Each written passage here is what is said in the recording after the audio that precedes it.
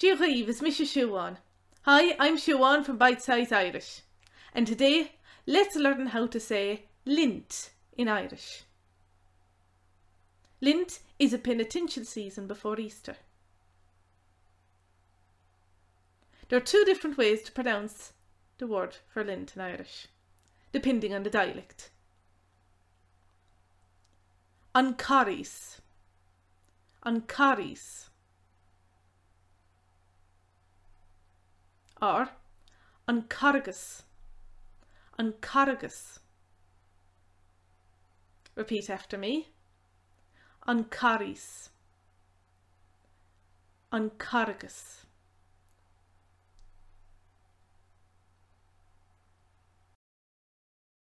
You can learn more Irish by taking the Bite Size Irish free trial at www.bitesize.irish. Slán go bhfuilín.